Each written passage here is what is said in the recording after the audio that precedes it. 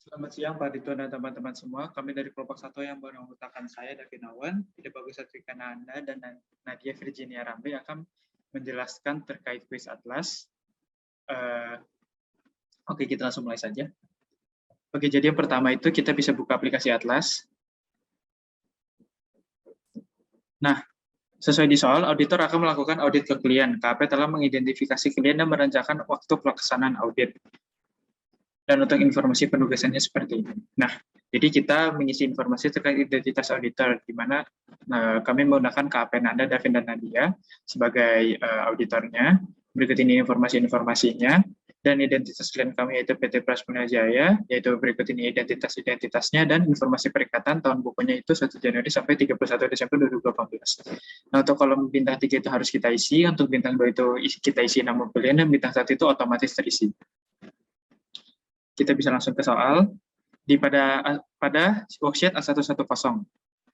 Nah, untuk nomor 1, 2, 3 ini telah di atas itu telah menyimpulkan terkait hasil analisis dari risiko-risiko yang dihadapi berdasarkan informasi-informasi yang telah kita isi tadi. Nah, untuk nomor kita bisa lihat pada nomor 2 di saldo itu entitas berdiri sejak lama dan laporan keuangan periode sebelumnya itu telah tersedia dan telah diaudit oleh independen lain.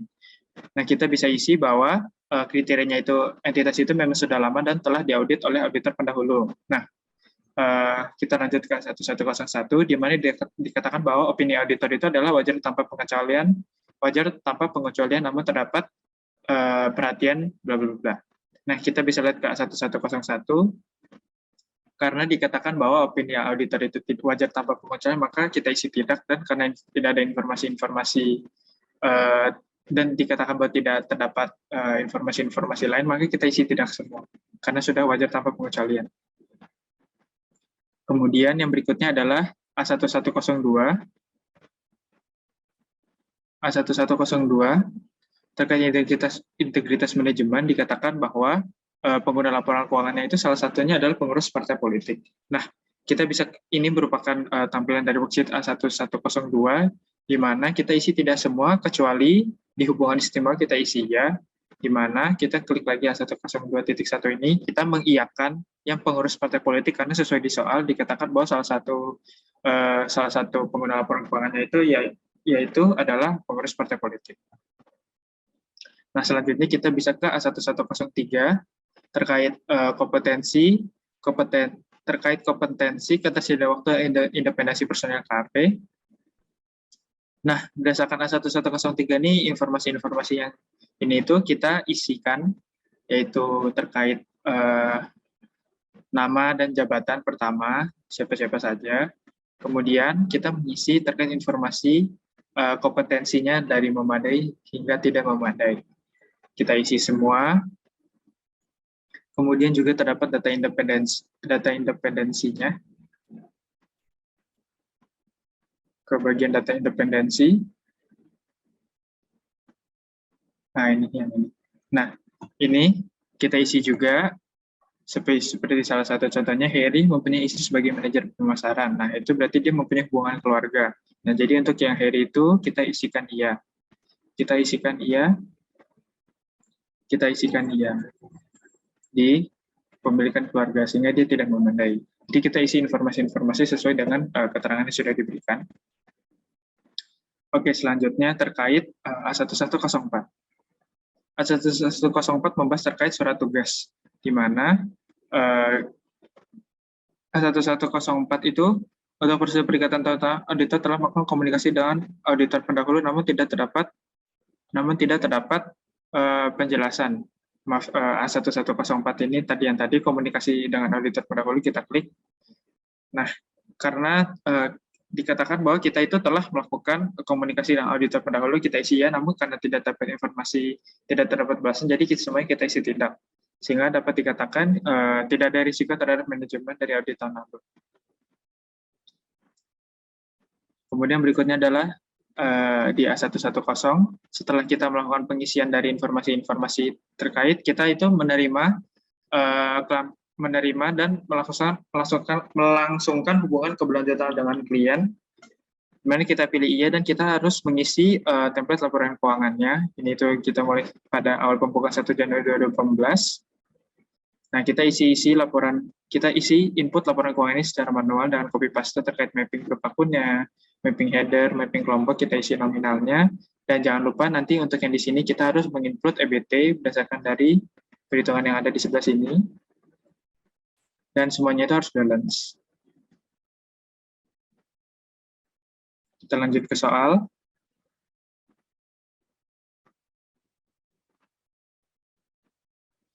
Nah, sehingga berdasarkan pengisian worksheet A110 ini bisa dikatakan auditor akan merencanakan pengambilan bukti audit secara luas terhadap hal-hal yang dianggap berisiko tinggi.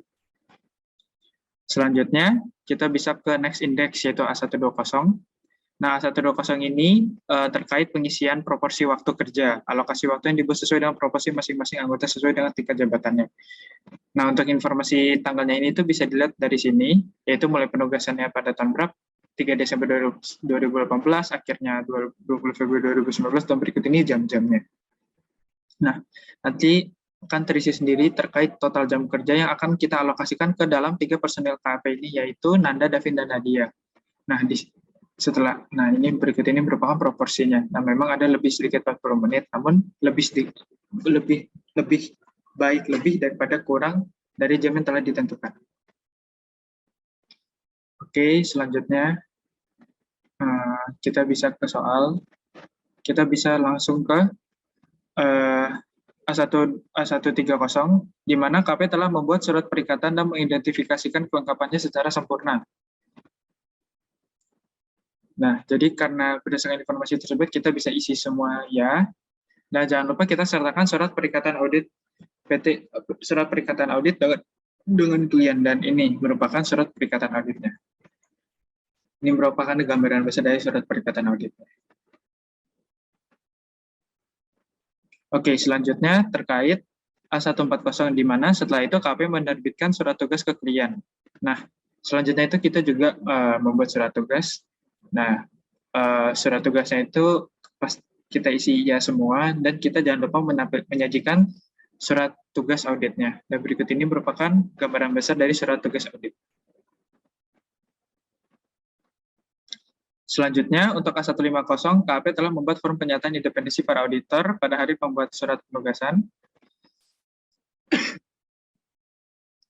Nah, ini tuh kita lampirkan surat pernyataan independensi PT Prasmulya Jaya.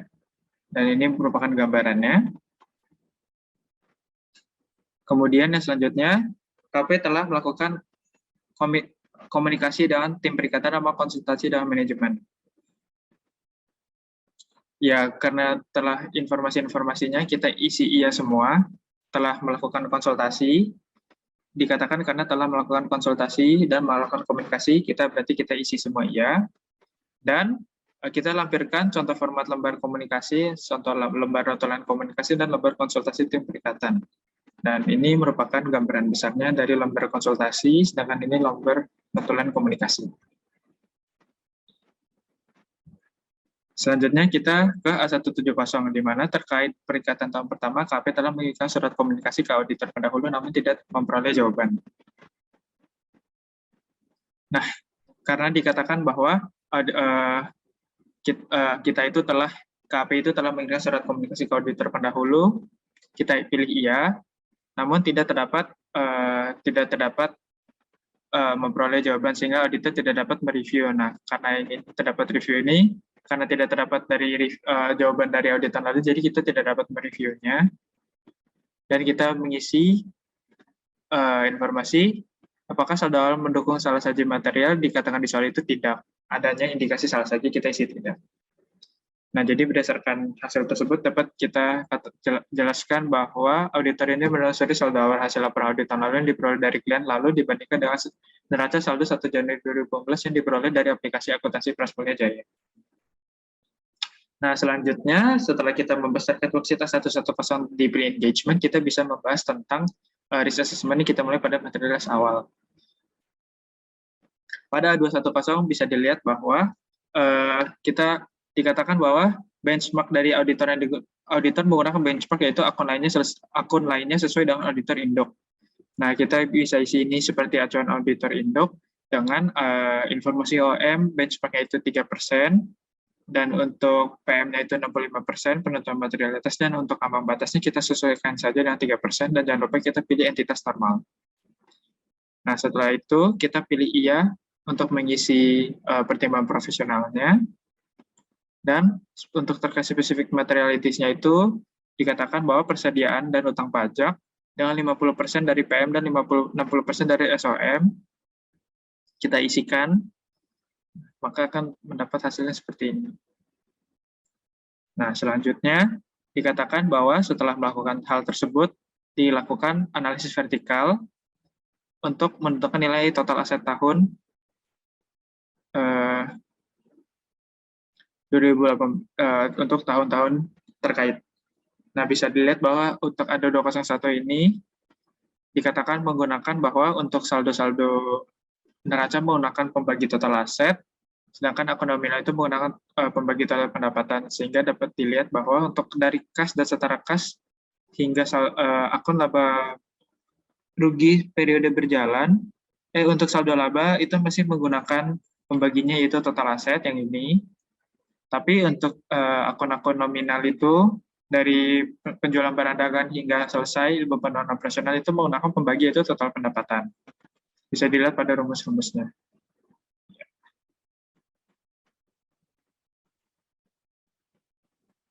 Dan selanjutnya kita harus melakukan analisis rasio keuangan dengan beberapa rasio. Dan ini merupakan rasio-rasio yang digunakan, diantaranya rasio nanja, rasio kas, dan sebagainya. Di tahun 2017 ada beberapa rasio yang kosong karena beberapa rasio ini menggunakan average, di mana kita tidak memperoleh angka dari 2016, maka beberapa rasio ini kosong. Sehingga dapat dikatakan berdasarkan dua prosedur analitik tersebut ditemukan tidak terdapat akun yang terdapat salah saja material. Nah, sekian dari penjelasan saya. Selanjutnya akan dijelaskan oleh teman saya. Terima kasih. Selanjutnya, saya Nadia akan menjelaskan tentang pemahaman entitas dan lingkungan dari PT Prasmula Jaya. Nah, terdapat 8 poin dari pemahaman entitas dan lingkungan sendiri, dan dari aspek-aspek deskriptif ini terdapat beberapa akun yang memiliki risiko saji. Nah, dimulai dari poin pertama yaitu informasi umum dan aspek legalitas. Nah, terdapat 3 kontak klien dengan nama, jabatan, serta nomor telepon masing-masing klien, yaitu Ridwan sebagai Direktur Utama, Zulfi sebagai Direktur Keuangan, dan Aga sebagai Direktur Pemasaran. Nah, kemudian terdapat juga informasi umum seperti informasi mengenai pendirian perusahaan yang berdiri pada 2 November 2009. Lalu ada pun juga informasi mengenai legalitas lainnya seperti surat izin usaha, tanda daftar perusahaan, dan juga perusahaan seperti ada MPWP juga di sini. Nah, kemudian ada juga status pemilikan kantor pusat, cabang, gudang, dan pabrik, yaitu milik sendiri, dan juga jumlah karyawan tetap sebanyak 120 orang. Nah, dari informasi-informasi tersebut itu dapat disimpulkan kalau tidak terdapat kemungkinan salah saji material. Oke, kita selanjutnya, yaitu mengenai struktur organisasi dan tanggung jawab. Nah, di sini tuh di mana struktur organisasi itu terdapat pada lampiran untuk struktur organisasi sendiri terdapat di lampiran dengan hyperlink pada dokumen Word yang berisikan struktur dari PT Prasmula Jaya. Lalu ada pun juga uraian tanggung jawab atas masing-masing jabatan dengan pengendalian internal yang sudah sesuai. Nah, dari informasi-informasi tersebut ini dapat disebutkan juga tidak terdapat kemungkinan salah saji material ya. Selanjutnya yaitu proses aktivitas bisnis utama dan kebijakan akuntansinya. Nah, kertas kerja ini tuh memiliki 2 siklus dalam bisnisnya, yaitu uraian siklus penjualan piutang usaha dan penerimaan, serta uraian siklus pembelian persediaan, hutang, dan pengeluaran. Nah, pada tabel di sini dapat dilihat rangkuman uraian dari kedua siklus tersebut. Kemudian kebijakan akuntansi pendapatan dan piutang usaha ini pendapatan atas penjualan dalam negeri diakui pada saat barang diserahkan kepada pelanggan. Nah, persyaratan penjualannya itu FOB shipping point dan juga pendapatan diukur dengan nilai wajar imbaran yang diterima atau dapat diterima dari penjualan barang dan jasa dalam kegiatan usaha normalnya. Namun beberapa penjualan kredit dengan mengirimkan barang lebih dahulu lalu dibayar kemudian oleh pelanggan, dokumentasi pengiriman dan pembayarannya ini belum sempurna. Maka dari itu terdapat risiko salah saji pada akun penjualan karena kontrol internal pada siklus penjualan yang belum memadai. Dengan begitu dapat disimpulkan proses aktivitas bisnis utama terdapat kemungkinan salah saji material. Selanjutnya, keempat, yaitu pemahaman peraturan yang relevan, di mana terdapat peraturan-peraturan seperti UU PPN dan juga UU PPH, di mana dampak UU PPN terhadap entitas berupa yaitu harus membayar dan melaporkan PPN, dan di sini PT Prasmana Jaya sudah mematuhinya ya. Dan juga untuk UU PPH ini di mana entitas ini tidak patuh dalam kewajibannya, yaitu harus memotong PPh 26 dan menyetorkannya kepada negara. Dengan begitu, akun utama yang terkait di sini adalah utang pajak. Nah, karena terdapat peraturan tidak dipatuhi perusahaan tersebut, kesimpulan yang didapat adalah adanya kemungkinan salah saji material karena pada akun utang pajak karena klien ini belum memenuhi UU PPH tersebut. Yang kelima itu adalah pemahaman lingkungan bisnis. Nah, ini tuh ada pemahaman ini tuh terdapat beberapa aspek yang mempengaruhi salah saji pada akun-akun karena adanya perubahan lingkungan bisnis. Yang pertama ini dari tren industri sejenis, di mana terjadi penurunan penjualan ATK karena sebagai pembeli beralih ke toko yang baru, sehingga berdampak pada akun penjualan barang dagangan. Ya, kemudian yang kedua adalah kondisi perekonomian nasional, di mana negara ini mengalami inflasi 5%, sehingga terjadi kenaikan harga bahan baku yang mempengaruhi akun beban pokok pendapatan dan juga persediaan. Nah, kemudian yang ketiga ada amandemen atau perubahan SAK pada SAK 23 tentang pendapatan, yaitu pengaruhnya ke nilai atau pengukuran pendapatan dan juga mempengaruhi akunnya itu saldo laba. Selanjutnya adalah perubahan peraturan berupa UU CIPNAKER atau Cipnaker, sehingga nilai beban gaji perusahaan ini meningkat dan juga akan berdampak yaitu biaya gaji dan upah. Selanjutnya lagi ada perkembangan teknologi di mana banyak media yang sebelumnya menggunakan kertas beralih ke digital sehingga mengakibatkan penurunan penjualan. Nah, lalu untuk siklus alam sendiri, karena ada faktor alam yang kurang mendukung, maka secara umum di berbagai negara ini terjadi penurunan jumlah pohon yang dapat digunakan sebagai bahan baku atas kertas dan pensil, sehingga adanya kenaikan dalam harga bahan baku kertas tersebut. Yang akun yang terdampak yaitu beban pokok pendapatan dan juga persediaan. Nah, maka dari itu dapat disimpulkan pemahaman lingkungan bisnis terhadap kemungkinan salah saji material pada akun penjualan, persediaan, HPP, pendapatan, saldo laba, dan beban gaji karena adanya perubahan lingkungan bisnis yang mengancam eksistensi perusahaan. Selanjutnya, yang keenam, yaitu adalah untuk analisis kelangsungan usaha sendiri berdasarkan aspek keuangan, terdapat yang perlu dipertimbangkan seperti posisi liabilitas lancar atau liabilitas lancar bersih, itu karena di mana liabilitas jangka pendeknya itu jauh lebih besar daripada liabilitas jangka panjangnya.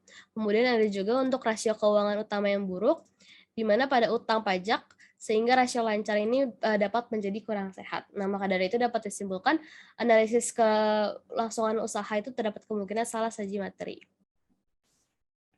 Yang ketujuh, yaitu adalah pada pemahaman penyiapan dan penyusunan laporan keuangan terdapat beberapa item yang memiliki identifikasi salah saji seperti pada pencatatan jurnal penyesuaian dan juga transaksi antar perusahaan. Nah, hal ini berarti pengendalian, penyiapan, dan penyusunan laporan keuangan ini belum memadai karena adanya akun-akun yang kurang pengendalian, seperti ada akun beban penyusutan dan amortisasi, aset tetap, piutang usaha, utang lain-lain, dan utang-utang lain-lain jangka panjang. Nah, kemudian yang terakhir, ada analisis faktor kecurangan, yaitu ada pengendalian intern yang mempengaruhi akun persediaan dan penjualan barang dagangan karena tidak dilengkapi bukti pendukung, sehingga terdapat adanya kemungkinan salah saji materi ya di sini.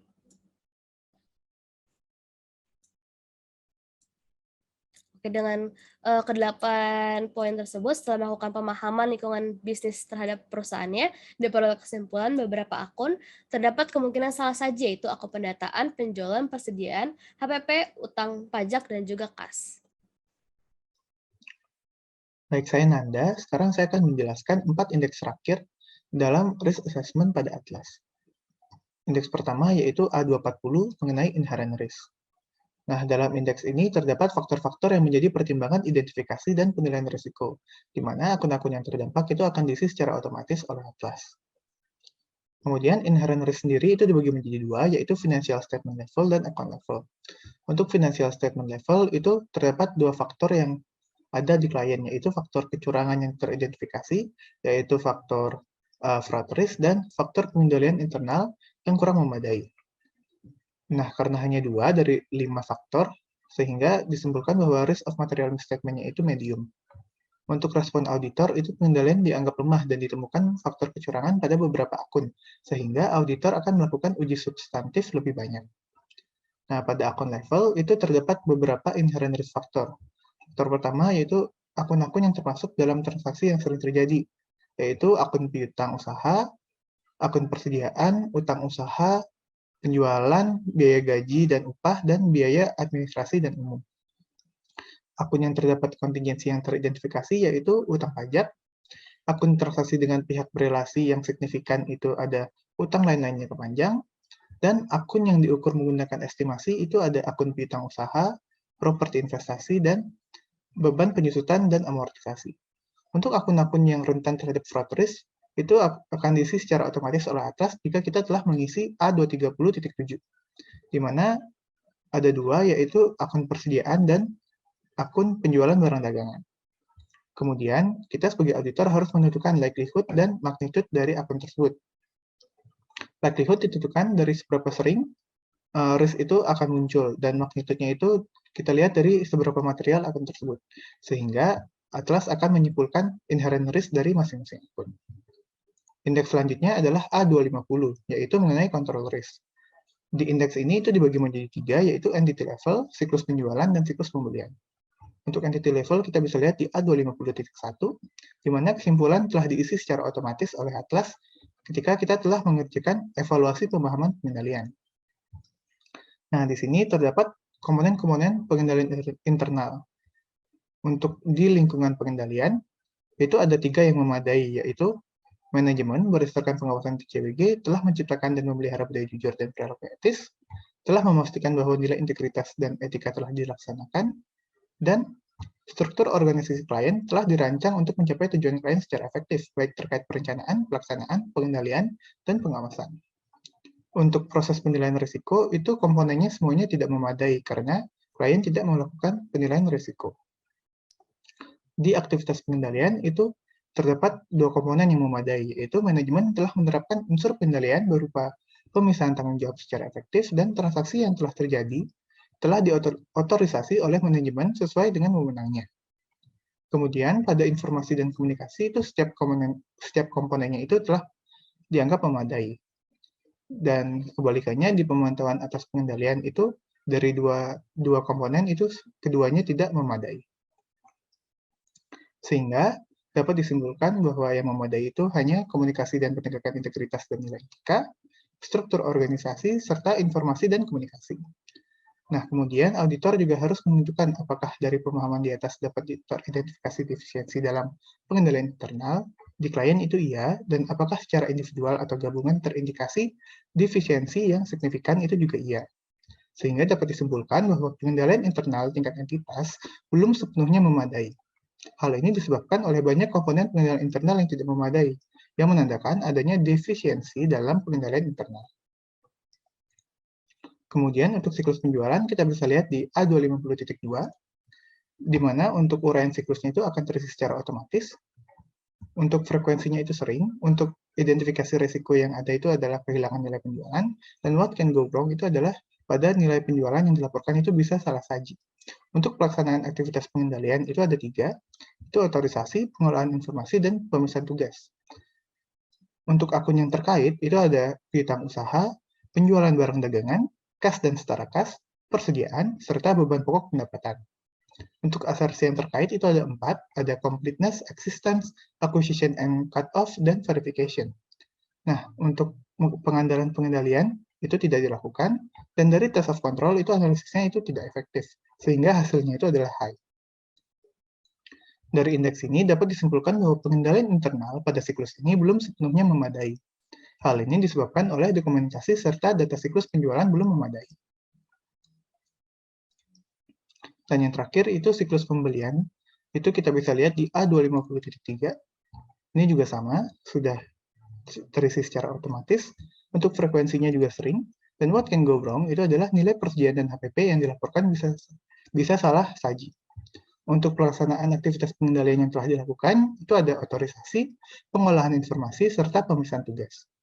Untuk akun yang terkait, itu ada utang usaha, kas dan setara kas, persediaan, dan beban pendapatan. Untuk asersi yang terkait juga sama, ada 4. Untuk pengendalian itu tidak dilakukan, dan test of control itu dianalisis tidak efektif, sehingga hasilnya juga high. Sehingga dapat disimpulkan bahwa pengendalian internal pada siklus ini belum sepenuhnya memadai, karena dokumentasi serta data dalam siklus pembelian belum memadai. Nah, berikutnya, untuk selanjutnya itu A260, yaitu mengenai risk of material misstatement, di mana indeks ini akan terisi secara otomatis bila kita telah mengerjakan A240 dan A250 mengenai inherent risk dan control risk. Untuk indeks terakhir yaitu A270, yaitu mengenai komunikasi dengan TCWG dan SPI. Auditor harus mengidentifikasi apakah klien memiliki TCWG, untuk klien itu iya, dan apakah klien memiliki SPI, itu juga iya.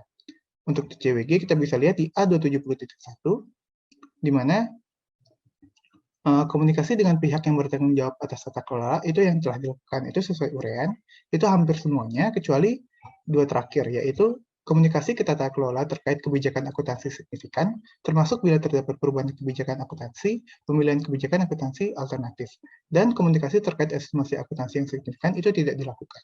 Sehingga dapat disimpulkan bahwa komunikasi dengan pihak TCWG sudah memadai. Nah, di indeks ini juga terdapat lampiran diskusi dengan TCWG. Dan untuk melihat yang SPI, itu kita bisa lihat di A270.2, di mana apakah auditor akan menggunakan pekerjaan auditor internal, itu tidak. Sehingga dapat disimpulkan bahwa bukti audit itu belum cukup memadai. Hal ini dikarenakan SPI perusahaan kurang dalam melakukan pengendalian internal, dengan salah satu indikatornya itu pendokumentasian dari bukti yang kurang tepat, sehingga tidak dapat begitu dipercaya. Sekian penjelasan dari kelompok 1, terima kasih.